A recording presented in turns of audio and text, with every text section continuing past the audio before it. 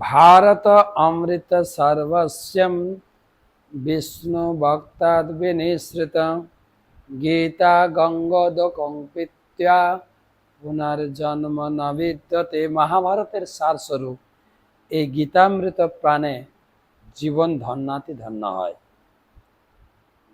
আজকে ৬৮তম ক্লাস। তস্মাৎ যস্য মহাবাহো নিগৃহীতানি সর্বশ ইন্দ্রিয়াণি ইন্দ্রিয়ার্থেভ্য তস্য প্রজ্ঞা প্রতিষ্ঠিতা। তস্মাৎ যস্য মহাবাহো নিগৃহীতানি সর্বশ ইন্দ্রিয়াণি ইন্দ্রিয়ার্থেভ্য তস্য প্রজ্ঞা প্রতিষ্ঠিতা। তস্মাৎ অতএব, হে মহাবাহ, যার ইন্দ্রিয়গুলি ইন্দ্রিয়ের বিষয় থেকে সর্বপ্রকারে নিবৃত হয়েছে তিনি স্থিতপ্রজ্ঞ।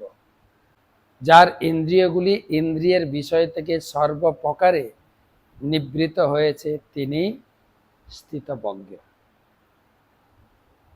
কেবলমাত্র কৃষ্ণ ভাবনার মাধ্যমে ভগবানের অপ্রাকৃত সেবায় ইন্দ্রিয়গুলি যোগ করা যায়। তো এতক্ষণ ইন্দ্রিয় সংযমের কথা বলা হয়েছিল। ইন্দ্রিয় সংযম যদি না করি কিভাবে আমাদের জীবন সর্বনাশ হয়ে যাবে, ৬২-৬৩ শ্লোকে সেটাও পড়েছি। এবং ইন্দ্রিয় সংযম কিভাবে করা যায়, যে ইন্দ্রিয়গুলি যখন উচ্চতর স্বাদ পায় তখন নিকৃষ্ট স্বাদ ভুলে যায়, সেটাও আমরা পড়েছি। তাই আলোচনার শেষের দিকে ভগবান বলছেন, স্থিতপ্রজ্ঞ শুদ্ধ ভক্ত তাকেই বলা হয় যার ইন্দ্রিয়গুলো সংযত। যেরকম আপনার সুখদেব গোস্বামী যখন ভাগবত পাঠ পুরো শুনলেন তার পিতৃদেবের কাছে, তাকে পরীক্ষা নেওয়া হলো তার ইন্দ্রিয় সংযত সে করতে পেরেছেন কিনা। তিনি ছিলেন দিগম্বরী উলঙ্গ।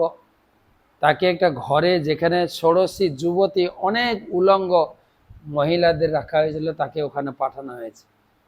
তো সে সুখদেব গোস্বামীর কোনো বিকার আসেনি, অর্থাৎ তার ইন্দ্রিয় সম্পূর্ণরূপে সংযত ছিল। সেই হচ্ছেন শুদ্ধ ভক্ত।